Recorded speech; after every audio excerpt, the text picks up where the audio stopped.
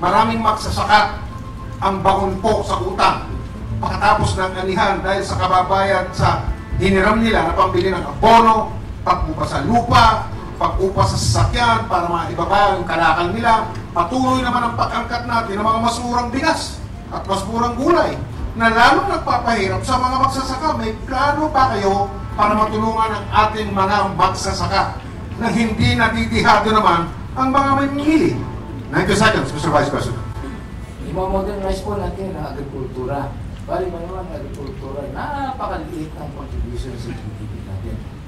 Yun ho ang ating mga magsasaka. Kunin na ho natin yung CARP. Yung CARP po ang implementation plan. Pero among others, that is to make the lands productive. O kasama na po dyan yung mga magsasaka na sinasabi nyo naghihirap. Dahil isa yung parte ng CARP na yun, tutulungan sa subsidize and asistahan ng ating pamahalaan. Sa iba pang mga post-harvest departments. Pangalawa, yung irrigation fee po, dapat tanggalin na ho natin yun. Pangatlo, yung post-harvest problem. Ano ba mga kababayan na mas malaki ho ang nawawala sa post-harvest kaysa doon sa kinulitan? Pangatlo, dapat po tayo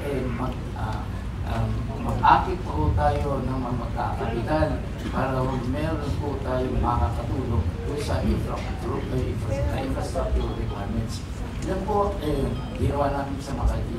Ang ginawa po namin sa Makati, maiahon o kahirapan, suportado ho sa pamahalaan. Salamat po, Mr. Vice President. Senadora, Bates po. Ano po ang reaction nyo sa sinabi ni Vice Presidente? Senadora, you have 60 seconds, Senadora. Importante po para sa ating magsasaka, itindihin natin kung magkano kinikita nila. 17,000 pesos yung magtatanim ng palay for every 1 hectare. So kung tatlong binigay sa kanila sa agrarian reform, kikitaan nila siguro 152 pesos a day. Talagang napakaliit. Dapat libre ng irigasyon, dapat may crop insurance, pero hindi lamang yun. Dapat magkaroon ng agro-industrial zones kung saan magkasamang DTI at ang DA para naman ma-market ang products ng mga magsasaka. Mag-soil testing tayo. Anong mga added value na pwede para dito sa lupa nila? Anong mas kikita sila? Palay ba o kape o kung ano pa man?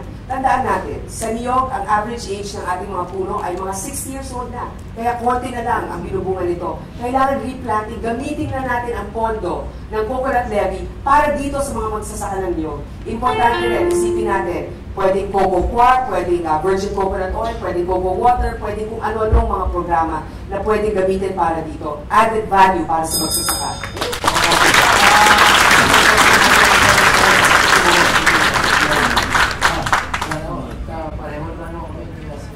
Doon po sa assistance and subsidy ang inagagdag ko lang po kung ako makapagdagdag yung mga high yielding crops dapat po consider mo tayo doon. Kasi ang crops natin basically is corn, rice, and coconut.